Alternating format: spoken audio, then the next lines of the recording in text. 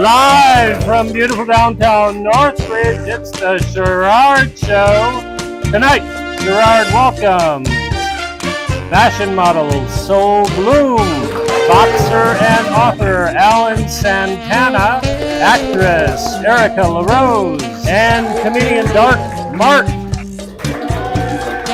And now, ladies and gentlemen, let's welcome the star and host of the show, the one, the only, Sherrard!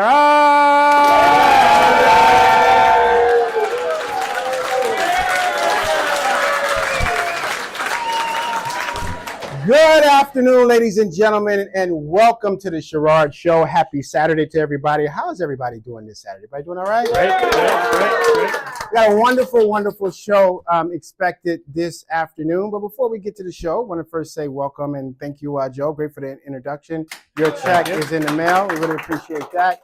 You know, ladies and gentlemen, there's a lot of things going on in the news today. You want to hear some of the things that's going on in the news? A lot of things. There's a lot of things going on. First of all, congratulations to the Dodgers. The last episode, the Dodgers did not win, but now they won the World Series, huh? You can tell who are the wagon bandwagons here as well. But those Dodgers are so excited. Unfortunately, the Cubs didn't make it, but we'll talk more about that later on in the show. But do you know one interesting fact about the Dodgers is what's the only team that has more World Series championships than the Dodgers? Yankees. The Yankees, right? Yankees. But does anybody know how many more the Dodgers need to catch up with? Oh, 20? 20? 18. Huh? 18. 1. 18 is correct. Oh. 18 more applause. 18 more championships. And just think, that means that if the Ohtani has to really get it going and cranking, and they'll catch up with the Yankees. Any Yankees fans here? Okay, we'll move on from that. Congratulations to the Dodgers. Congratulations. Also the news, did you not know that Diddy was caught yesterday being drunk in prison? Did you know that? He was drunk in prison, ladies and gentlemen. They have bars in prison? He just got there, and now he's been found out being drunk. But authorities figured out that he was drinking when he was talking about getting out of prison next week. That's when they figured out he was drunk. Yeah. Figure that out. Yeah. So we don't know what's going on with Diddy, but we found out. I just want to know the question, Joe, who was supplying the booze? I mean, literally, who was giving him the booze? Prisons do have bars. You get it? Calm down, Joe, ladies and gentlemen. The executive producer is a comedian as well. Very interesting. Speaking of drunk, do you not know that there is one Kmart left, ladies and gentlemen? One Kmart, and that's all the way in San Diego. But there was a man there, and this is a true story. There was a man with a shotgun drunk in a Kmart. Anybody know that? He was walking around with a shotgun drunk in Kmart. Apparently, the authorities realized he was drunk when they saw him shopping in Kmart. That's a tip-off. That's a tip-off. Huh? Yeah. Figure that out, ladies and gentlemen. Yeah. You know, one thing that's interesting in dating news, do you not know that men these days are not marrying women anymore? You know why? The reason why they said they don't want to get married anymore?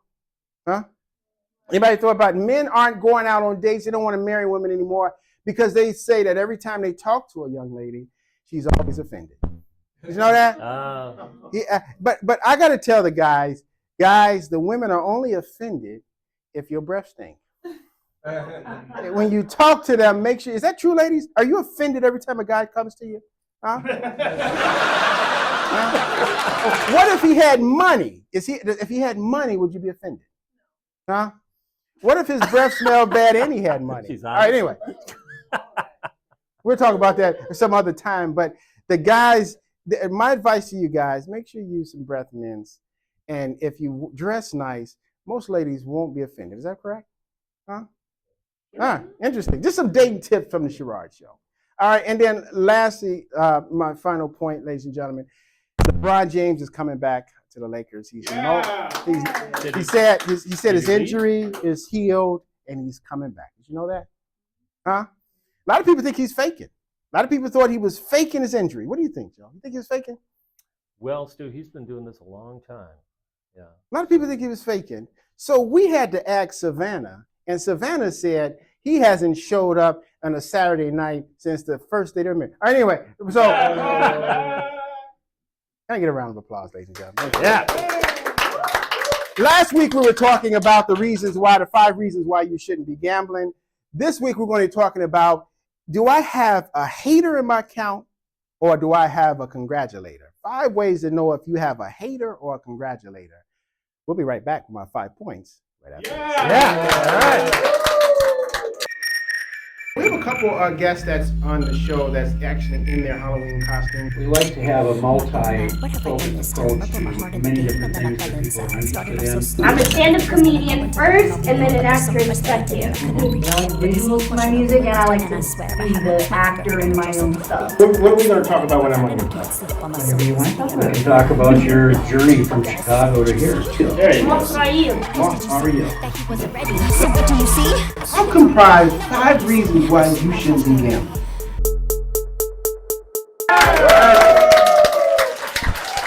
And welcome back, ladies and gentlemen, to the Sherrod Show. I'm your host, Sherrod. We have a spectacular show this evening, ladies and gentlemen. We have a gentleman that's on the show. He's in a box. He's an ex-boxer.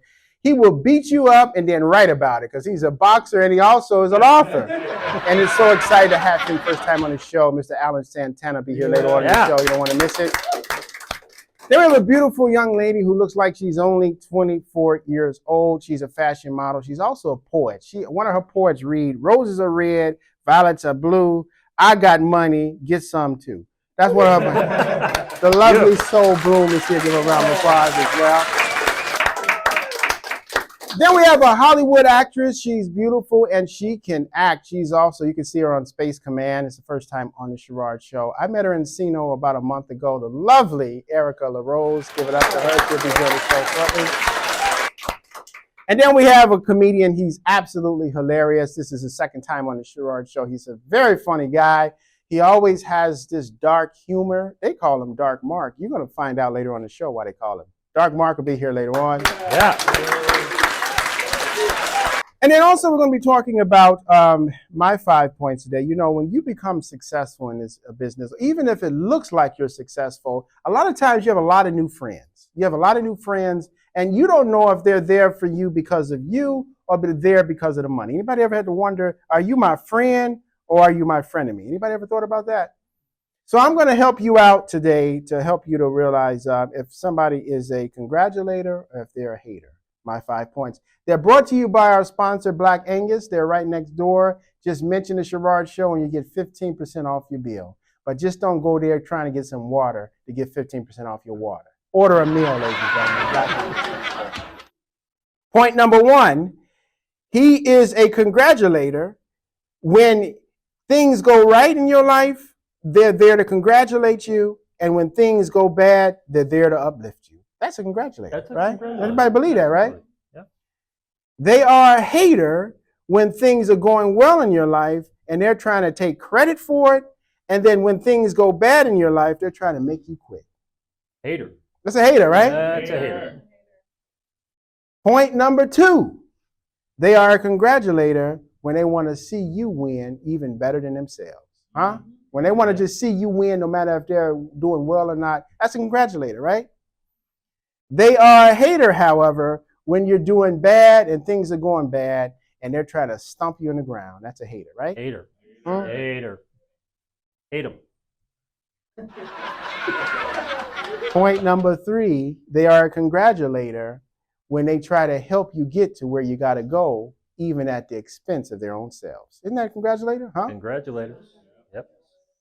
They are a hater when you run out of gas and they don't even help you push. Hater. It's a hater, right, Joe? Hater. Yeah.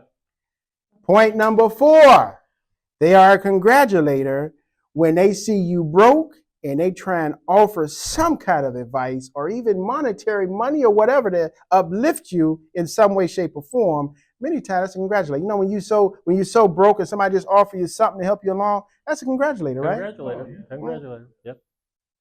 But they are a hater when you're broke and they still keep robbing. Yeah, that's a hater. Huh? And my final one, they are a congratulator when you make it and they're the first one standing and clapping, right? That's a congratulator, right? They are a hater, however, when somebody got to tap them on the shoulder to stand up when you've made it to clap. And they got to say, what, me? When they don't stand up and clap, they're a hater. Those are my 5 points. Can I get a round of applause? Yeah. Those are my 5 points. And if you want to hear more from the Sherrod Show, you can always subscribe on New Stream Entertainment, as well as the Pure Essence Television Network, as well as the app on YouTube. And then also you can always hit me up on Facebook at The Sherrod Show or on Twitter at The Sherrod Show as well. Well, ladies and gentlemen, with this beautiful young lady, when we come back from our brief commercial break, she's going to tell us some real poetry and how she balanced being in a corporate world and being a model. The lovely Soul Bloom will be here right after this. Yeah.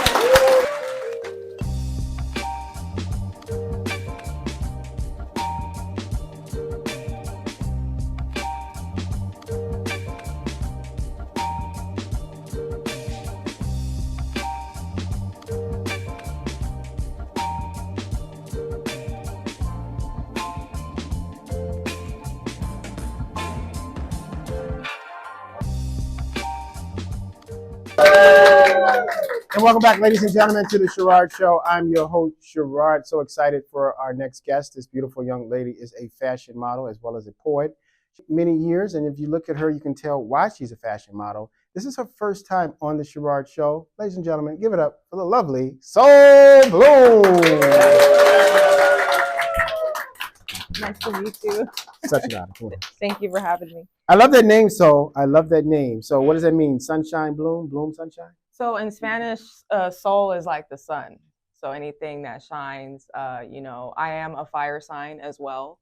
I am a Sagittarius. So, and then there's also a politician that was like in the mid 80s or centuries that also name was Soul Bloom, who was someone when the first Great Depression happened, gave back to everybody, no matter what. Other politicians were being stingy. And then there was one politician called Soul Bloom that was like, no, I'm going to be the difference, and kind of made it out of the Great Depression as a cool politician. There's some that exist, the cool politician. Yeah, really? Wow. Yeah. It was The Devil in the White City. It's a book I read. If you guys haven't heard of that book, please check it out. It has a few good key points in American history that a lot of people probably don't know about. It's called The Devil in the White City. You're a history buff? I love literature. I love history. I love science. I love math. I was someone who was good at everything growing up. Very good. Chemistry, very good. Yeah. So I study psychology and things. So I'm a nurse now. I used to work for Amazon Studios, imdb.com, behind the scenes with a lot of celebrities since I was 23 years old. But now I left corporate when I was about 25. I'm 32 now. And people in that industry were telling me I should get in front of the camera because I have something about me that a lot of people might not even know. I had some gifts and things that I didn't know at that point, and they kind of pushed it out of me, pushed me out of my comfort zone. So here I am now, 32 years old, and I do a lot of cool things expression-wise, such as poetry and fashion and modeling, and I've been on A-list, celeb videos and things like that. All kinds of things. I've been in movies, all kind of cool little things. So things I've never thought that I could do coming from the background that I come from. What do you mean coming from your background? What kind of background? So, you know how people have mommy and dad and it's a supportive, great family structure? I didn't come from that. Where'd you come from? I came from a single father structure. Single father. My father is from Richmond, Virginia, to be exact. We also have family on the East Coast, New York City and Chicago. My grandmother from my mom's side is from Chicago, but there was a lot of dysfunction and drugs and kind of, a lot of violence growing up in my family. And you're an American success story. Look at you. Give her a round of applause. She's Thank doing you. big things. That is absolutely incredible. Now, for someone like you who've gone through what you've gone through, and big ups to Chicago, that's from Chicago as well. Big ups, but so how were you able to get your resilience and deal with that? Because a lot of people come up with a sob story, they'll give up or become a product of their environment, but not you. What happened that led you to be able to say, you know what, I'm not going to take this nonsense and I'm going to become something? It was like a combination growing up of me being a very intuitive type of child. I knew I was always different from the rest. Like anything the other children would do, I wouldn't do. I was always looking at everybody like what are we doing this for? It doesn't make sense to me why you guys are all doing that. And I just want to be over here in my own force field. I was always a thinker and a watcher. I would come into any room as a child and just kind of watch the room. An analyzer, naturally. And then someone who would kind of take heed to the signs of the universe, birds, air, You know, when things happen at a certain time of day, I would always capture that. So I always knew there was a bigger force that was guiding me in life at a young age. And then growing up around dysfunction, you see the things that you don't want to become. So I was kind of like, I guess, given a gift at a young age with wisdom, with the foresight to see what I wanted for myself. And a lot of people back then didn't understand when I was saying it, and now they see now what I meant. And then also the birth of my niece, which she is 13 years old now. I helped my sister raise her. I am also single, no kids, none of that, by choice. But even through that experience, that was also a gift. And we honed in very well and focused and buckled down even more so, coming from the background that I came from, which had no support financially and even emotionally. What age did you move out on your own? 17. 17 years old? I was gone. Yeah, never came back. Wow. Yeah, but when I would come back, I would help my family, and I would plant seeds in their heads and in their aura, so that they can understand that there is a better life out there. And as long as they had loyalty to what I was saying and understanding, which they eventually opened up to, they started to see, wow, this is what the youngest daughter is doing. We're going to come around and support now. So it took years to get the family to be on board with that. Because at first they were so stuck in their own box mentality about how life is supposed to be. I was just that child, that martyr in the family who said, you know what, this is so much more to life than this. Very good. Now, we're going to come up for some air, and when we come back, we're going to talk about how her poetry has an effect on her upbringing and touching others. I'm Sherrod. We'll be right back.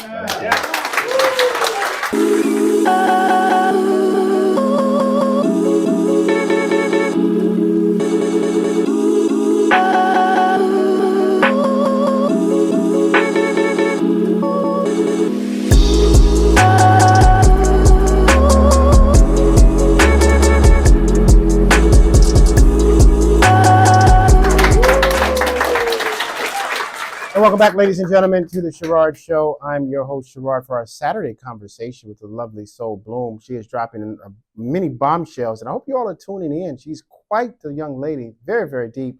Now, listening to what we were speaking about in our last segment, you've been through a lot, and many people want to give up, but did you channel that into your poetry? Because you write so incredible. Is that some of the pain you've gone through in your life through your poetry? Yes, so a lot of the pain that I have been through, I have expressed energetically through my poetry.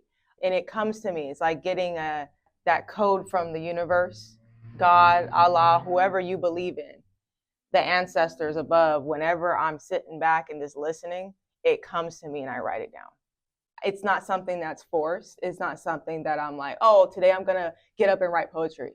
It's something I'm going about my day and I'm like, I'm listening and I hear something and it's like, these are the words that I need to write down right now at this point. So a lot of my poetry has came from the thoughts of triumph, the thoughts of perseverance, dedication, consistency, the things that I had to face and get over in order to be who I am today. A lot of that is expressed in my writing. Now, where can your poems be viewed or purchased for those who are watching? Because there's a lot of young ladies, young men who have gone through what you're going through. And that message can keep them going to continue fighting on. So where can they be able to reach out and get your poetry? So right now, you can see all of my poetry on my Instagram. And a lot of people have told me, you should write a book with all the poetry that you've already written on your Instagram. I have over 400 posts. Now, in some of these posts, it shows me modeling, right? Certain beauty shots or certain photos that I've taken. But instead of being like the typical Instagram model who just says, oh, I'm that, I'm this, I'm that, underneath no caption, no depth, right? I've always had depth. You can see my poetry underneath what I post. So that was something that got me known when I first came into the game, my writing and how I put visual art together with my poetry and my pose when it comes to that. So I right now have been working with a few people who are interested in helping me put my poetry into a book. You can save so many lives from putting it in a book. And I know so many people are hurting and maybe don't want to communicate it, but your poetry can help someone to avoid doing the extreme. And also big ups to your dad. You said you came from a single father household. So often you hear about single mothers, but your dad, he stuck in there and helped raise you. Give him a round of applause. That is absolutely amazing as well. We got to have him on the show one day. Yeah, and he's also African American, and as you guys all know, it was very hard for my father being a single African American father in California, raising two girls on his own. Me and my oldest sister. I'm the youngest, and she's older, but we're 11 months apart, so we're technically, I think it's some type of twins or whatever. But it was very hard for an African American man to raise two mixed women on his own, and he did a very phenomenal job. He worked with what he had, and I appreciate my dad, because if it wasn't for him and his ethics, his moral standards, his code, his conduct, he was also in the military, I wouldn't be the woman that I am today with the depth that I have. Give me a round of applause. That is very nice. That is awesome. And big up to him again. Now, so for those who are watching, where can they reach out to you and get encouragement, follow you on Instagram, etc.? Yeah, so you can only find me in two places. My own personal number, which I don't give out. Also, at Instagram, SOLBLOOM_. And I also have a Facebook as well. So you can also find me on Facebook. My real name is Brianna Prince. You'll find me on there, but I don't go on there. My main thing that I use is Instagram. I use that for my marketing. I use that to express myself. I use that to connect with other creative individuals like your guys' selves out there and anyone who's watching. That is my main thing. So you can find me on Instagram. I do not have a TikTok. I do not have a Twitter. I do not have anything else. Snapchat. I do not have OnlyFans. I don't have none of that. The only thing you can find me on is Instagram. So at SOLBLOOM_. Thank you so much for being on the show. We really appreciate that. Thank you. Thank you for having me. And for sharing her story. You got to come back and do some poetry. You got to do a setting and just do some poetry. And I'm telling you, you can heal so many people and give encouragement to her. This girl is so gifted. Make sure you check her out and see what she's got going. Big things. She will be back again on Sherrod. You going to come back on the Sherrod show? I would love to come back and recite some poetry and some other works of art. It's very intimate for me. So I'm super happy that you're giving me the space to do that, and I appreciate that. It's an absolute honor. Absolute honor. Ladies and gentlemen, when we come back from this commercial break, we're going to have the guy who will sign your autograph and punch you out at the same time, the man himself, Mr. Alan Santana, right after this. Let the magic in you take you on an adventure to discover new cultures and explore the wonders of you. Learn different languages, music, art, cooking, and a new way of life. On this adventure, you will learn that different cultures have new and exciting discoveries, but also have things that feel like home. Throughout this book, you will uncover valuable life lessons along the way and find out how to turn problems and obstacles into opportunities and happiness. Pick up your copy of The Magic in You, The World is in You, by award-winning artist and author Capri Compton, wherever fine books are sold. And welcome back, ladies and gentlemen, to the Sherrod Show. I'm your host, Sherrod. For a wonderful Saturday episode, ladies and gentlemen, didn't we enjoy that beautiful young lady so well? My goodness. You never know, I always say this, you never know what's in somebody's heart, what they're going through. That's why you don't mistreat people. You always say kind things to people because you never know what demons or what things they're struggling with. You never know. So we really appreciate her. I can't wait to hear some more poetry, and wonderful young lady. Can't wait to have her back on the show. This gentleman that's coming up, he's written this book. I can't wait to read it. Unprotected, the final round. This helps you navigating the shark-infested waters of sports, business, and life. This man can fight, he can act, and also he's an author. First time on the Sherrod Show, Mr. Alan Santana. Give it up for him. Well, how you doing? Welcome, sir. How are you? I'm well. Thank you for having me. Look at this coat, ladies and gentlemen. Look at this jacket. My goodness. Welcome to the show, sir. Thank you. You know, Alan, I've been reading so much about you, and I'm quite fascinated about your career and the things you've done. Alan, tell us a little bit about what got you started in becoming a boxer. At 8 years old, I was bullied in school, in elementary school. And I just wanted to learn how to protect myself because, after a while, I just get tired of being as a little kid. So I went home and spoke with my parents, and my father went down to Big Five Sporting Goods, bought me a boxing heavy bag and a pair of boxing gloves, and I always said I never looked back after that. So now, when that bully ran into that bully who was bullying you after you could fight, what did you do to him? Crazy story. So my mother, this is a Friday, okay, in elementary school, down Breeze Avenue School down in Wilmington, California. Everybody knows that we're going to fight after school. And so we walk down the street on Pacific Coast Highway called Burgerville. My mother happens to show up. Kids form a circle, and this kid, we go at it. Of course, I beat him up. And my mom's the best, basically, guy who wants to come next, who's next. I'm like, I don't want to fight you, boy, So fast forward probably 15 years later, 20 years, walk into a house in Carson. This guy, same guy sitting there, and he recognizes me right away. His name is Gerald. He goes, Alan Santana. He goes, I'll never forget when you beat me up as a little kid. He goes, I never bullied anybody ever again. He turned out to be a football player. Really? Big guy. Mm-hmm. Yeah. He was bigger than you back then? Oh, a lot bigger. Mm-hmm. I was a little guy. So now, Alan, when did you know that you wanted to turn your fist into professional fist?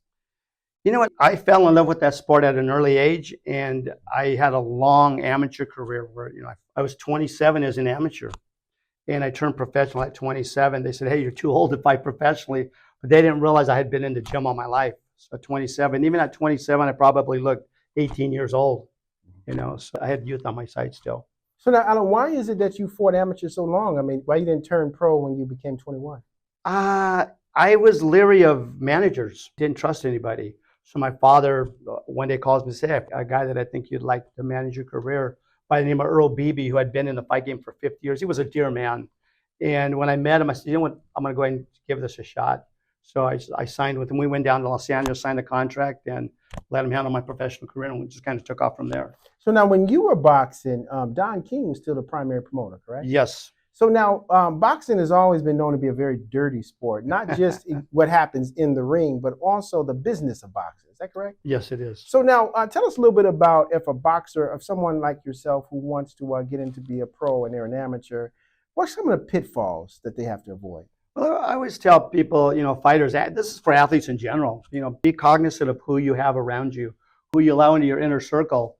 A lot of people see it as your career starts, gaining momentum and you're making money, they want to hang on. When I watch fights today and I see these entourages coming into the ring, I just think it's crazy. I tell people don't do that because they're there only for one reason. They're there for the ride. Once that ride's over, everybody disappears. It's funny because when Don King, a lot of times he'll come into the ring and the fight with one boxer, he loses, he'll step over the other one and go start trying to promote the next one. That's Don King. Now, when it came to your fighting, your career kind of ended abruptly in a disappointing fashion. What happened? It did. I had started a paving company at 27 years old. I would say Plan B, right? And I was driving a dump truck one day, and somebody had pulled out of a hospital. They didn't stop. I had a dump truck full of asphalt, and I ran into that guy, into the car, and had a terrible accident. Wound up taking me to the emergency room, and they said, basically, you would never fight again. I messed up my shoulder and messed up my back. I went through probably 3 years of therapy and didn't break anything. It just that was like the second accident within a matter of months. Kind of crazy at that point. But it ended my career because at that point I had no more mobility. So as a fighter, you have to be mobile. And I was 35 years old, and I decided to try to make a comeback. So I get my manager together, my team back together. We go into the gym for about 2-3 weeks, right? And I had kept myself in pretty decent shape up to that point. And once I started sparring, it just wasn't the same. I kind of lost the edge there. And when you're getting hit by an 18, 19-year-old, this just isn't fun, Mm-hmm. So I decided that was it. I walked away. And abruptly I'm done at that point. Mm-hmm. So now what led to you becoming an actor and kind of becoming an author as well? I'd always had aspirations to be an actor from the time I was a little boy. And I was a ham in school. And, I think most actors are probably hams. And so. No, what's a ham? Someone, someone likes to cut up. I was always cutting up and putting on shows in school for my friends at lunchtime. And so one of the teachers had seen what I was doing. So they reached out to Paramount Studios at that point.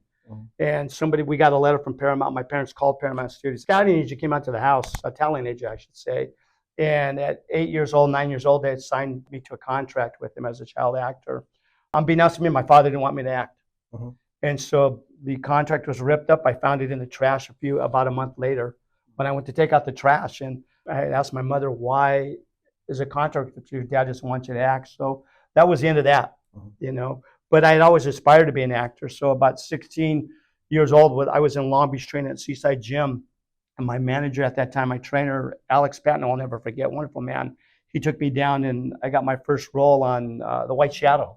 Oh my goodness! Okay. Most people don't remember The White Shadow, right? You remember The White Shadow, Joe? It came on Channel 2. It was a very interesting show. Not necessarily. I mean, it's kind of popular. It was a popular show back in the day. It ran about 3 years or so, give or take. So I did that, and then I have a friend from New York that comes out and takes me to Hollywood and introduces me to George J., who was a talent agent. Walk into the room, and he looks me up and down, and he goes, "You look like a cross between an Elvis Presley and a James Dean." So he gives me a script to read, and I read it, and he goes, "Okay, I'll sign you." So from there, at 16, I did a few things, not too much. And there's as you get older, life kind of takes its own path.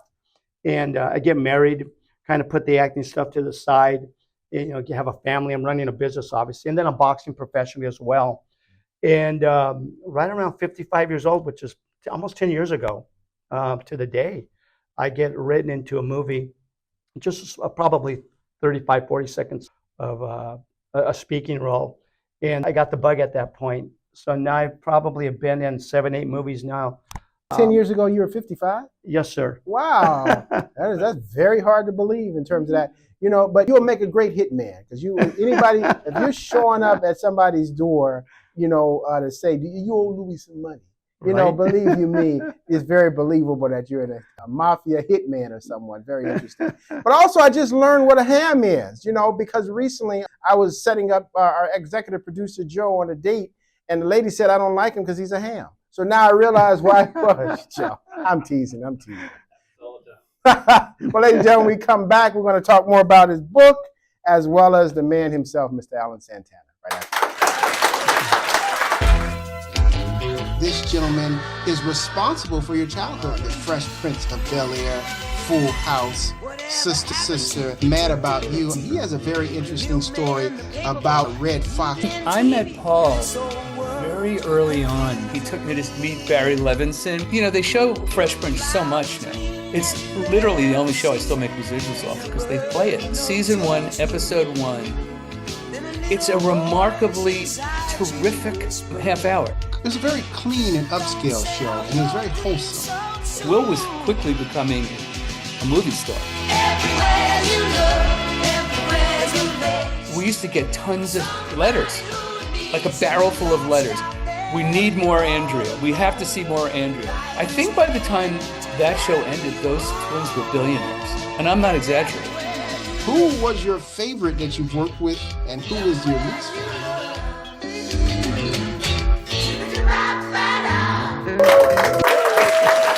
And welcome back, ladies and gentlemen, to the Sherrod Show. I'm your host, Sherrod, for our Saturday conversation with the man himself, Mr. Alan Santana, the boxer, the author, as well as the actor. This book is going to be quite useful for so many people because it's not just limited to sports, it's also to business and life. So you're saying that there's implying that there's a lot of shark-infested people out there, huh? Oh, the world's full of sharks.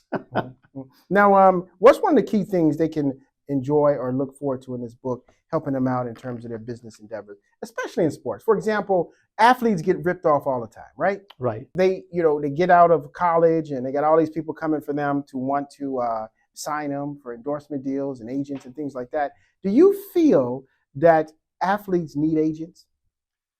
That's a great question. I would say yes and no. Agents are there to negotiate for you. In my case, I probably would have been able to negotiate my own deal. But again, I don't know, I wouldn't call that a rigged question, but a loaded question. But You know, again, depending on who the athlete is, they might want a sports agent. You know, but yeah, again, agents are good and bad. You hear horror stories all the time. There are good agents out there, and there's bad agents, but that's in every aspect of life. So now, you know, like for example, you take Baltimore Ravens quarterback Lamar Jackson. A couple years ago, his mom was his agent, and she negotiated a deal that was worth upwards to $300-something million for him. And many of the owners were very upset because they wanted to deal with his agent, not his mother. So, but it worked out. right. But not all the time does it work out that way. I think you have to be savvy if you're going to do something like that. You have to know what, you know, how to navigate the waters. But props to her for doing that. Saved a lot of money and kept it in the family. Smart move. Now, for example, if someone is watching this, I know off of this book, where would they, if you could, you give them some advice to direct them on good agents? Because there's a lot of bad agents. Could you direct them, for example, a boxer? I'll give you an example. I had Michael Spinks on the show, had Boom Boom Mancini, but one in particular, when I had a young guy on the show, his name was Shy Money. And, you know, I was asking him a question about, you know, you're fighting as an amateur, but when do you want to go pro? And he said, I'm not in a big rush to go pro because there's so many ripoffs out there. And I'd rather just build myself up as an amateur because it's hard to trust anybody in the boxing world when you go pros. I'd agree with them. Again, we talked about that earlier, and you know, I didn't turn professional until I was 27 years old. And there was a reason behind it because I didn't trust anybody. I probably could have managed my own career, but you know, you need somebody to help guide you. A smart move on his part. I think that it's never too late to turn professional. You know, again, depending, you know, what level of as an amateur he's at or anybody. But I always tell people, be careful. Do your background, you check on the guys, do homework on these people. Make sure that they know what they're talking about, because a lot of times they're going to see their meal ticket, and you want to be careful about who you sign with. So now, say for example, I'm actually this last question and get you out of here. But how does one, if they're watching this and they have a large entourage, how do they all of a sudden get rid of that entourage when they've been with them for 5 years, etc.? I'm trying to get rid of my entourage. That's a good question. You know what? Quit buying them food. They'll leave you right away. All right, no more steak for anybody. You know, seriously, joking. I think that, you know, again, you have to have that inner circle small. When I got into the ring to fight, I had 3 people with me. That's it. I had people call me all the time, hey, we want to walk into the ring with you. I didn't need this. What are they going to do for me, right? So I kept my entourage small to 3 people. It's my manager, my brother-in-law at the time, and then a trainer that I had for years. And that was it. That's all we needed. And I would tell people, do that. You don't need 20 people walking behind you. It's about you, and it's not about the entourage. Words to live by. Really appreciate that. Now, Alan, where can they reach out to you? First of all, where can they purchase a copy of this book? You can't have mine. Mine's autographed. You can get my book at Simply Best Reads. That is my publishing company. It's available on Amazon, available at Walmart. This is actually the second book. It's a series of books. Best-selling and award-winning book, by the way. I just won some awards. Congratulations. For Author of the Year. And because of what I'm doing with that book, because of the impact it's making in education and sports with athletes around the world. But again, Amazon, Barnes & Noble is available at, and then, like I said, Walmart online. Very good. Now, where can they reach out to you for any further questions? You can reach out to me on Facebook. I have a Facebook page. It's Alan Santana. Just type in Boxer and I'll pop up. I do have an Instagram page as well, or you can always reach out to my publicist, Christian Allen. Very good. Now, an author who's an author and you publish books too? No, sir, I don't publish books. No. Okay. No. Very good. Well, we really appreciate it. I'm going to do a book review on this. I'm going to read it, and I'm going to talk about it and give a review. Is that fair enough? Fair enough. Thank you. I appreciate that. Thank you so much for stopping by on the Gerard Show. Thanks for having me. I appreciate it. Thank you. On our next episode, you might see me wearing a jacket like this. You might just see it. I'm telling you. When we come back, ladies and gentlemen, we're going to have the lovely Erica LaRose on the Gerard Show.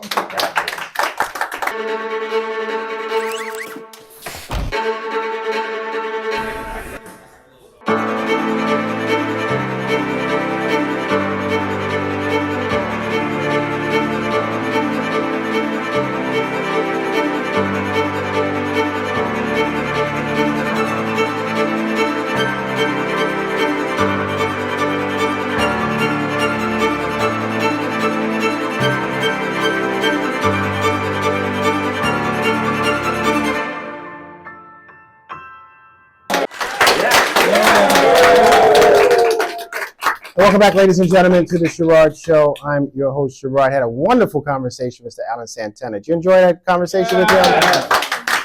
I'm going to read that book, and I'm going to have a review on our next episode. So excited. I really appreciate when people stop by the show to give you worthwhile advice.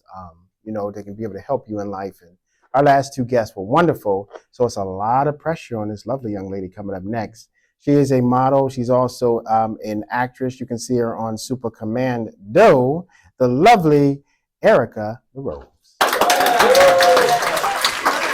All right, young lady. Go and have a seat. Thank you. Welcome, no pressure. Welcome to the Sherrod Show. How are you? I hope I have some life advice. Well, it's wonderful because you're an actress, but you have a very interesting start to acting. Tell us a little bit about how you got started. It's not the typical way. Oh, well, yeah, maybe not. So I started dancing, modeling, and playing the piano growing up. So I was in the arts, but I was always really scared to get on stage as an actress. I was very shy, and in high school I really wanted to get up there, but I didn't really like high school or people. Really? You didn't like high school? Why didn't you like high school? The teachers people weren't nice. Really? Yeah, and so that's some mean I didn't people, feel aren't safe going, like expressing myself in that community. And then I just went off to college and came back home, and my mom was like, I know this director. He's making some movies in Connecticut, where I'm from. Now you're from Connecticut, right? Yeah. Now, did they make a lot of movies in Connecticut? Yeah, there's a little industry there, and it's close to New York City, so people come through sometimes. So now, what was this role that you were cast for? It was for a scary children's movie. Wait a minute. Called Creepy Crawly. Now, isn't that like an oxymoron, a children's movie that's scary? Yeah, it can.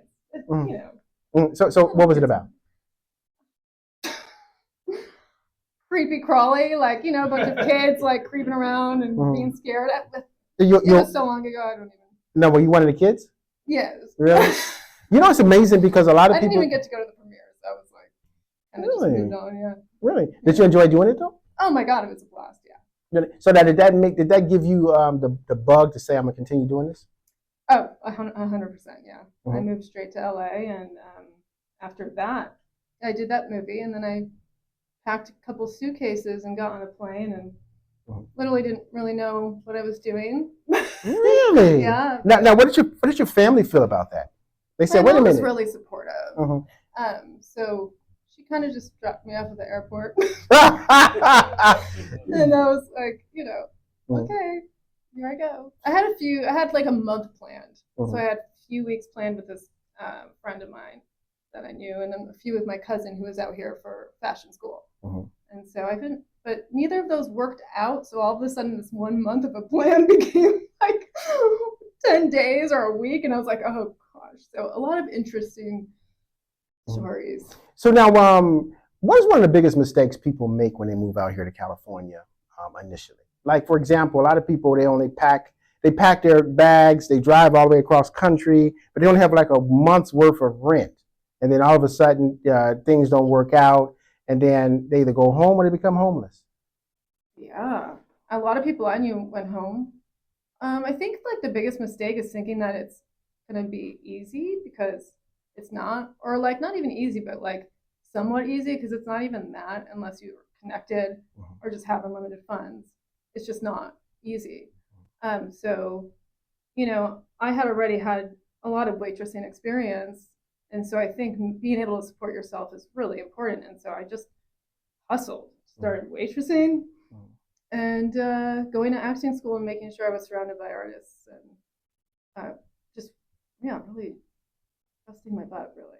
So now, what was the next role you got or the first role you got when you came out here? Oh wow! Now we're going, because I've lived in LA twice, because I moved to New York City in between and came back. So, okay. Now, which is tougher to live? Is it New York, you think, or LA? Oh, well, wow. Okay, so New York City is really hard because of the winter, and if you like to have your own car and space, you might not have that there, and so it's just a little bit of a harder logistically, I feel like. but it was easier for me to connect with people out there than here, just because you're running into people a lot more. And that just might be my experience, right? Like I had a lot more community there, like theater groups and stuff like that. And like here, I actually left here the first time because I was very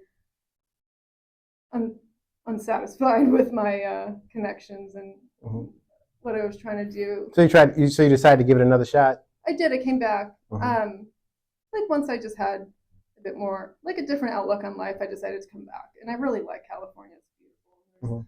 I'm an ocean girl. I love the water. Very good, very good. So, many people, there's a very interesting statistic. They say 30,000 people move here every month to try and pursue their dreams as being an actor, model, singer. Unfortunately, 30,000 move back every month as well. Wow. That's why there's so many songs written about it. It never rains in Southern California, and all these different things about Midnight Train to Georgia, etc. Yeah. But it's wonderful that you're still here and that you're still fighting. Yeah, I came back. As far as the first movie I did a lot of like shorts and really interesting projects. But first feature was called Disaster Wars. I'm pretty sure. And actually, when I met you, I saw the producer that I worked with a long time ago that night, and hadn't seen him since. And I was like, "Hey there." Yeah, so that was like a nice full circle moment for me. Very good. Give her a round of applause. Very good. Good. Well, ladies and gentlemen, we're going to take a quick commercial break. When we come back, we'll have more with the lovely Erica LaRose. Right after this. Here's an important message from the U.S. Med Diabetes Solution Center. If you have diabetes, you know the pain of pricking your fingers. But now, by wearing a small device called a continuous glucose monitor, or CGM, you can reduce your pain right away. It's easy to use and helps you make more accurate diabetes treatment decisions. If you use insulin daily, you might be eligible to get your own continuous glucose monitor. Call the U.S. Med Diabetes Solution Center to learn about this groundbreaking new CGM technology.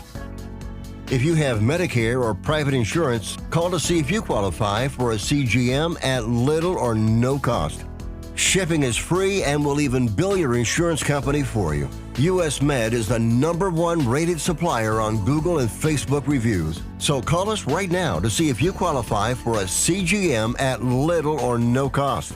U.S. Med. Better service. Better care.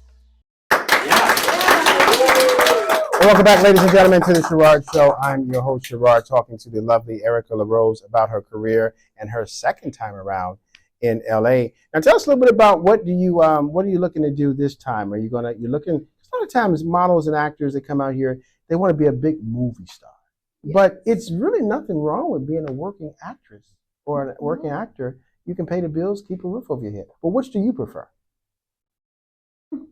Well, both.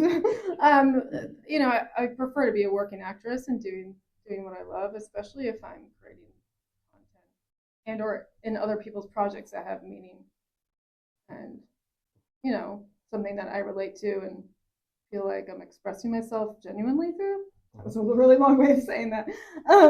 But the idea of, I think once you're famous and you have that celebrity, you're allowed to do a lot more because you can start to become producer on projects. And, I don't know, there's other opportunity through that lens. But for me, it's not about red carpet or just being famous. I think the only reason why I would say yes to that as a reason to want that is because it may bring more open doors and bring more opportunity. But for me, it's most important to work and be genuine in my art. Very good, very good. Yeah. Now, for those, when you go back to Connecticut, and I said Canada, when you go back to Connecticut and you see your family, do they feel like you're this big time superstar from LA?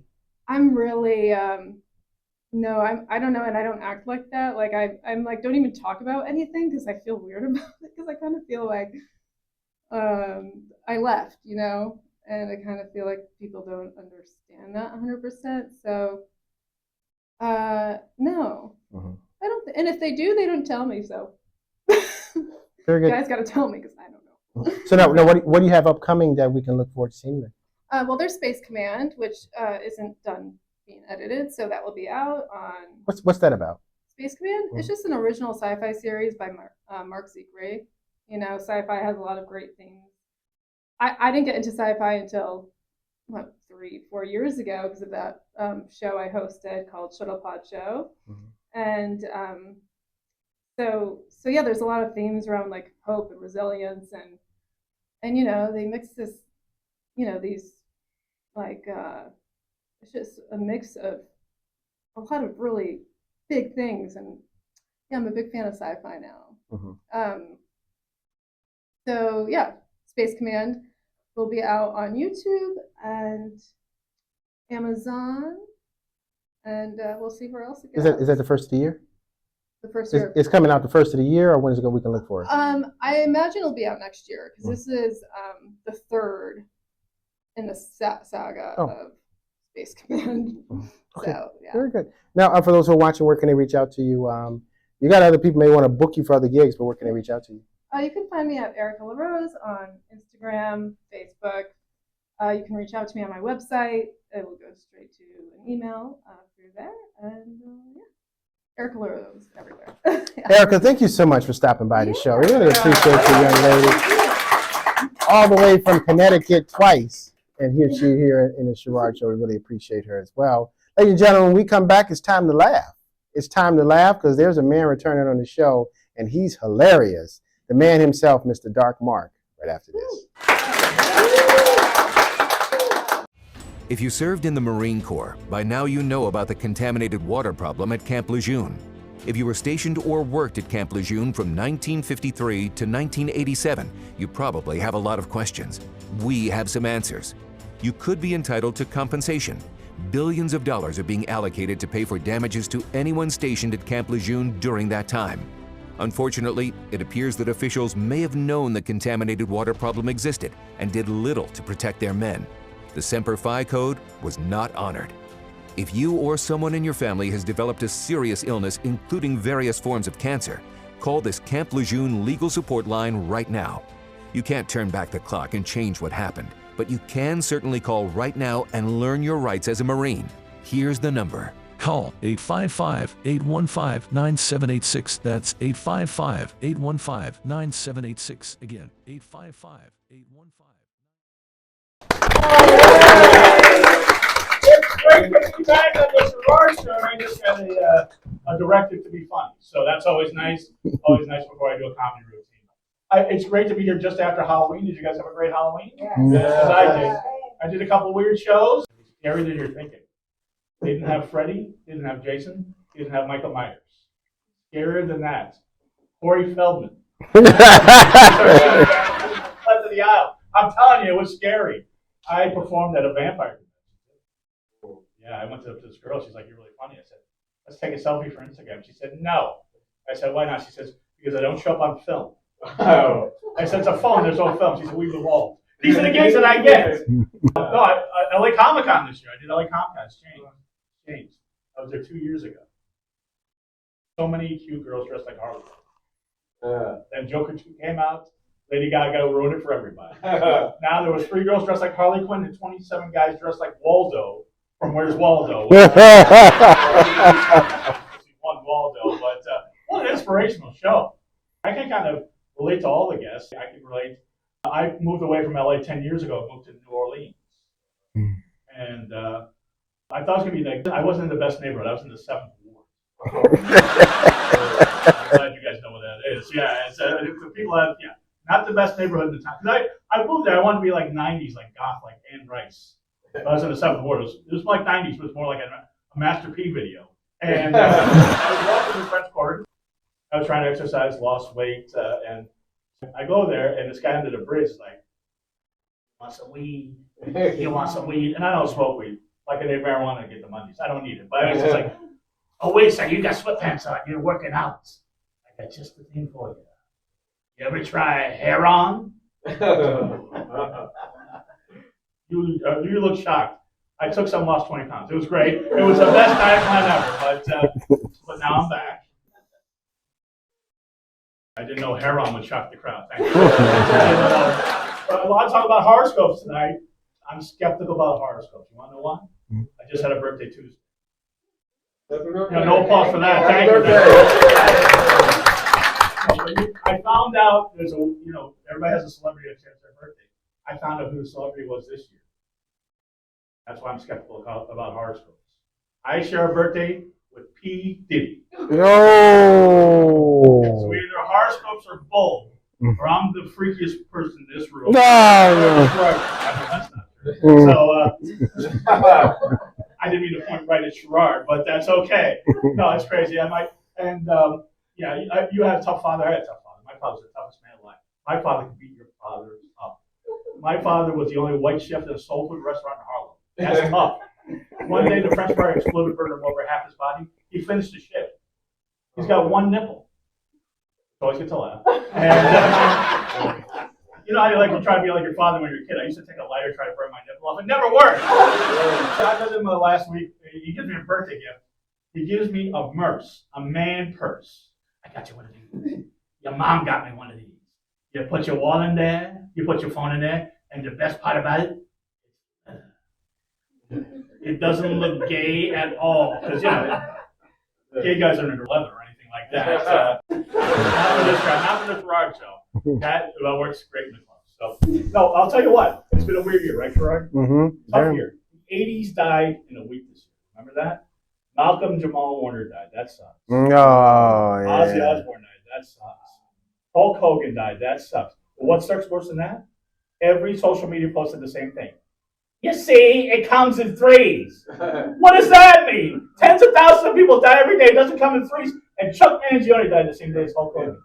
So it doesn't come in threes. It comes in fours. And if you don't know who Chuck Mangione is, he was a jazz guy that was big in the 70s. Gerard knows all about it. The guy who was 80 years old. He was famous for 50 years. For 50 years, he was the only famous Mangione. And then Luigi ruined it for everybody. I don't like Luigi. I don't like Luigi. It has nothing to do with politics. I just can't compete dating-wise with a guy with six-pack abs and crazy eyes. I can't do it. Luigi's the Matt Rife of domestic terrorism. Let's be honest. He's not the best.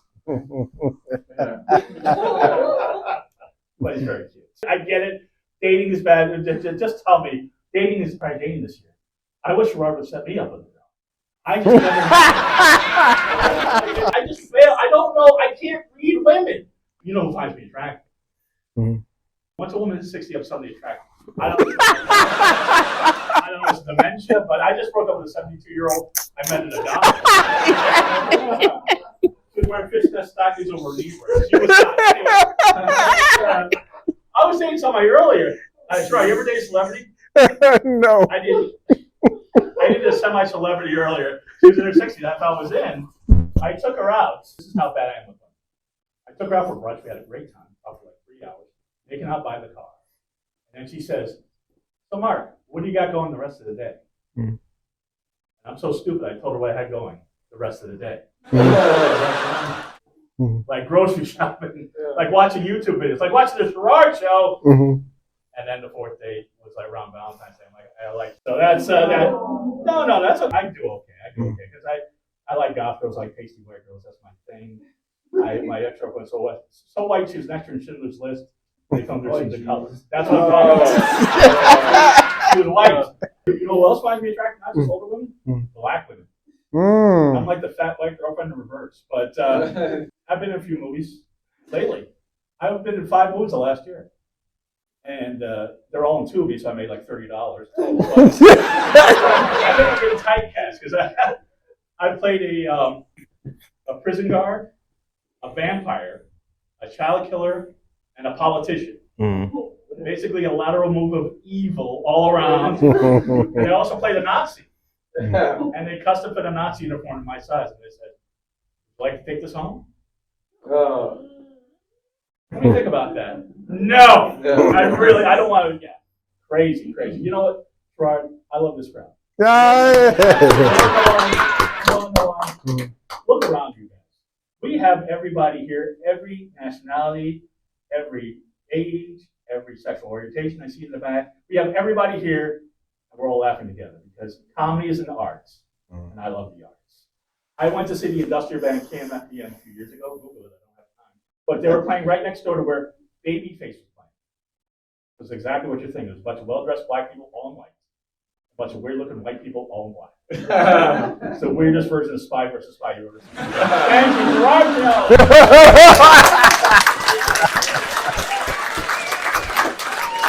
Great job, great job. Come on, have yeah. a seat. Oh. Give another round of applause. Give another round of yeah. applause. Doc Mark himself. Doc, now I know good and well you don't have a problem getting ladies. Stop it, man. I do. Over 60 find you attractive? Over 65 be attractive. Mhm. No, I've slimmed down though. That's the thing. So now the black women aren't into me anymore. Gay guys aren't into me either. Really? Gay guys used to. When I was 90 pounds heavier, they were all over me. Now I go to a gay club. I went to there's a gay sports bar by my house because I live in Los Feliz. Mhm. You're familiar with Los Feliz. Oh yeah. So hipster, I accidentally told my landlord I don't like Wes Anderson movies. Now they're trying to get me evicted. But I went to. So there's a gay sports bar. So I went down there to watch the Canelo fight. And I watched. Did you know it was a gay bar before you went there? Well, it's a sports bar. I knew they were having a fight. I don't care. But it didn't bother you getting hit on? No, it bothered me. Nobody bought me a drink. I'm like sitting there like, wait a second. I thought I was going to get free drinks here. Now you're playing at the Comedy Store soon, aren't you? You missed my show at the Comedy Store, but I'm going to be back soon. Actually, speaking of Comedy Store, you like the jacket? I love the jacket. See, I got to compete with you because you're always so stylish. Yeah, but if Pee Wee Herman's a pimp, you look like this. But no, I wore last time I was at the Comedy Store. I wore this jacket. Josh Homme from Queens of the Stone Age, big rock star, comes in. 4 guys are walking him in like bodyguards. I don't know why. He's not that famous, but he stops. He's like, "That's a cool jacket." 2 weeks later, I do a show in San Pedro, and the comedian after me is like, "Let's give it up for the guy with the gay jacket." I'm like, "Wait a second. Am I a rock star? Am I gay? Am I Freddie Mercury? I don't know what I'm doing. What I am, but I'm all over the place, you know." So Doc, what was the secret to losing all that weight? I had a female bodybuilder train me. Really? Yeah. Then I asked her out. We went on a date. Best date I ever had. Wow. We went hiking. Oh wow. I passed out halfway up the hill. She picked me up, carried me the rest of the way. It was great. She's bench pressing me on the top of the mountain. That's a date. Right, look great. Give him a round of applause. Looks great. So Doc, where can people reach out to you for your next booking? Oh, I'm all over the place. I'm going to be in Vegas next week. I'm actually soon to do a commercial in Vegas, and I'm going to be covering the KISS convention in Vegas. So if you're at the KISS convention, say hi. I'm also going to be in San Diego in a couple weeks. All over LA. Go to Goth Comedian on Facebook, Goth Comedian on Instagram, Goth Comedian on Snapchat, Goth Comedian on TikTok. Just at Goth Comedian, you'll find me. I'm out there. Thanks for stopping by the show. Did you enjoy? It's absolutely hilarious. Ladies and gentlemen, when we come back, we're going to have a 60-year-old lady ready for him. Yeah! Hey, get down. When we come back, we're going to have my final thought. Can your IRA stand up to the next financial crisis that our top economists are saying is at our doorsteps? By allocating a percentage of your IRA into physical gold and silver with a tax-free rollover, you can diversify and safeguard your holdings from turbulent markets and economic downturns by putting your IRA back on the gold standard. Find out how to safeguard your assets with a tax-free rollover with a Genesis Gold IRA, the only IRA that can hold physical precious metals. Call now for your free gold and silver report. Protect your IRA today with one simple phone call and learn how to qualify for up to $10,000 in free silver. Call Genesis Gold Group, empowering faith-driven stewardship. Call 877-588-0992. That's 877-588-0992. Again, 877-588-0992.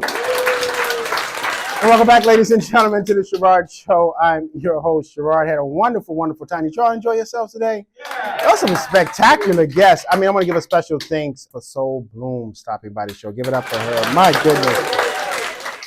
That girl will go far in life. She's just so heartfelt, and what a story. Can't wait for her to come back on the show with her poetry as well. Make sure you follow her on Instagram at Soul Bloom. Check your monitor right there. Big, big things.